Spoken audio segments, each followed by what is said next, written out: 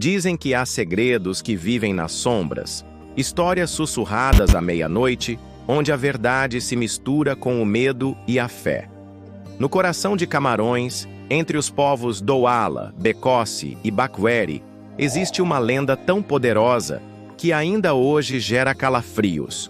É a lenda da sociedade Nyongo, um culto secreto envolto em bruxaria, morte, rituais sangrentos e riqueza inexplicável.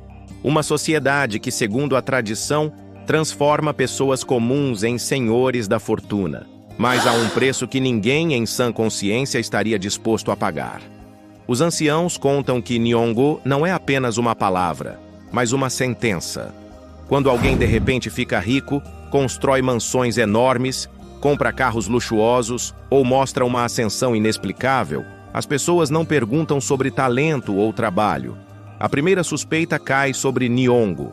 O que parece sucesso pode, na verdade, ser o resultado de um pacto obscuro, um contrato assinado não com caneta, mas com sangue. A origem da sociedade Nyongo.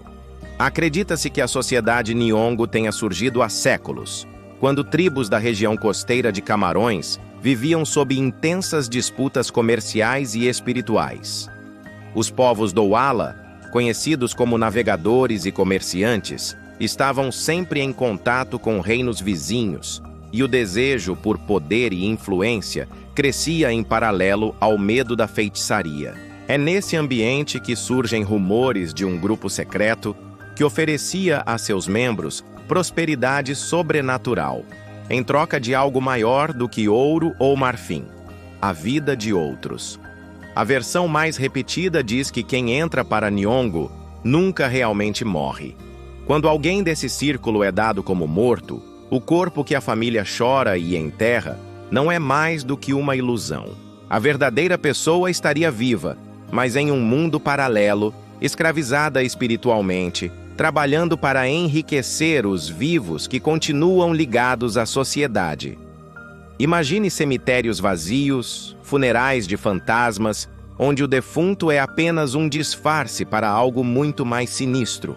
A estrutura do medo. O funcionamento da sociedade Nyongo é descrito em detalhes por aqueles que juram já ter presenciado seus efeitos. Disse que um membro não pode ficar rico sozinho.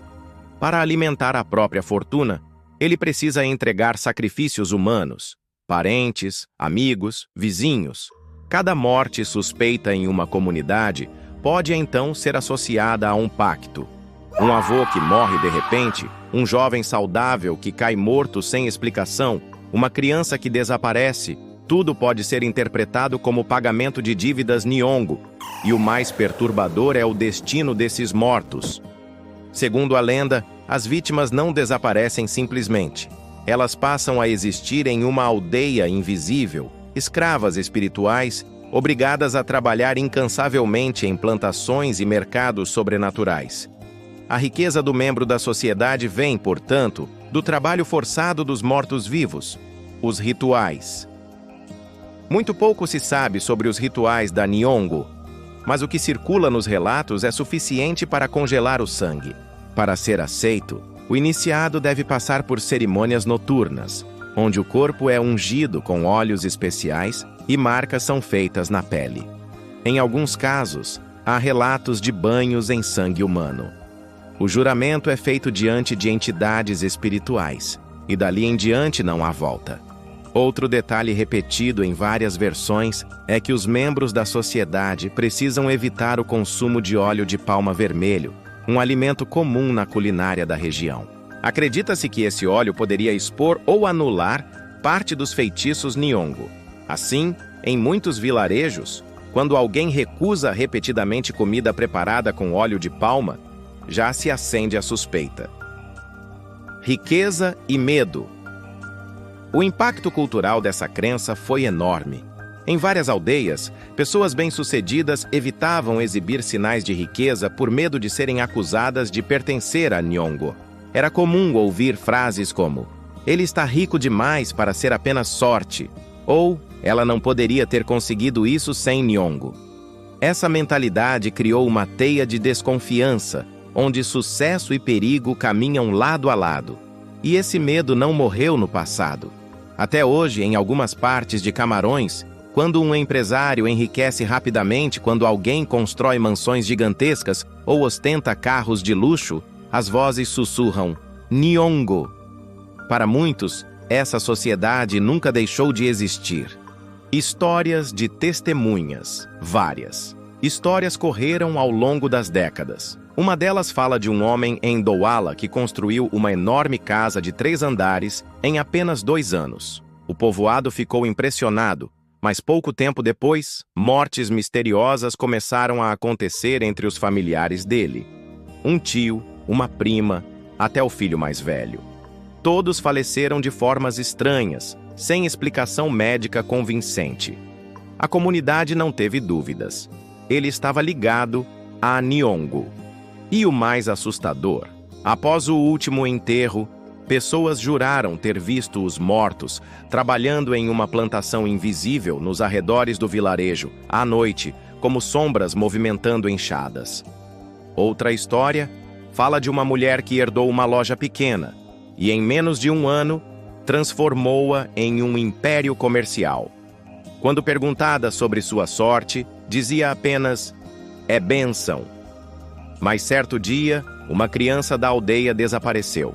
No funeral simbólico, alguns vizinhos afirmaram ter ouvido risadas estranhas ao redor do cemitério, como se espíritos zombassem do luto. Até hoje, muitos acreditam que a criança foi entregue como sacrifício para manter o império florescendo. A psicologia da lenda. O fascínio pela sociedade Nyong'o não está apenas em seus supostos rituais macabros, mas também no que ela revela sobre a mente humana. Em regiões onde a pobreza é predominante, a ideia de que riqueza só pode vir por meios sobrenaturais ganha força. Isso explica por que muitos preferem acreditar que fortunas rápidas são resultado de pactos e não de trabalho. A lenda também serve como forma de controle social. Quando todos temem ser acusados de Nyong'o, há menos ostentação, menos exibição de riqueza e, consequentemente, menos inveja e rivalidade aberta. A sociedade Nyong'o, hoje, o mais perturbador é que essa lenda não pertence apenas ao passado. Em vilas e cidades de Camarões, ainda hoje se fala de Nyong'o como algo real. Ricos e pobres comentam em segredo, sempre com cautela. E algumas histórias chegam até as redes sociais, alimentando o mito com vídeos, supostas gravações de rituais e boatos de famílias amaldiçoadas. Muitos acreditam que a sociedade Nyong'o é apenas metáfora, uma forma de explicar desigualdades. Outros, no entanto, juram que há provas concretas, cemitérios de corpos vazios, rituais interrompidos, confissões de antigos membros. O legado do medo. O mais importante é entender que Nyong'o não é apenas uma sociedade secreta na imaginação popular.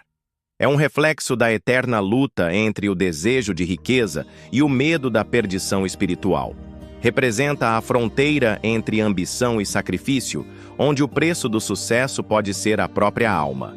Seja mito, metáfora ou realidade, a sociedade Nyong'o permanece como uma das mais perturbadoras lendas de África Central. Cada sussurro, cada suspeita de riqueza súbita, cada morte sem explicação, alimenta a chama desse medo ancestral. E a pergunta que deixo a ti, meu irmão, minha irmã que escuta agora: se a promessa de riquezas infinitas estivesse diante de ti, mas o preço fosse a vida dos que mais amas, aceitarias o pacto? Pensa bem, porque em algumas partes de Camarões dizem que o convite de Nyong'o pode chegar quando menos esperas, e recusar pode custar mais caro do que aceitar.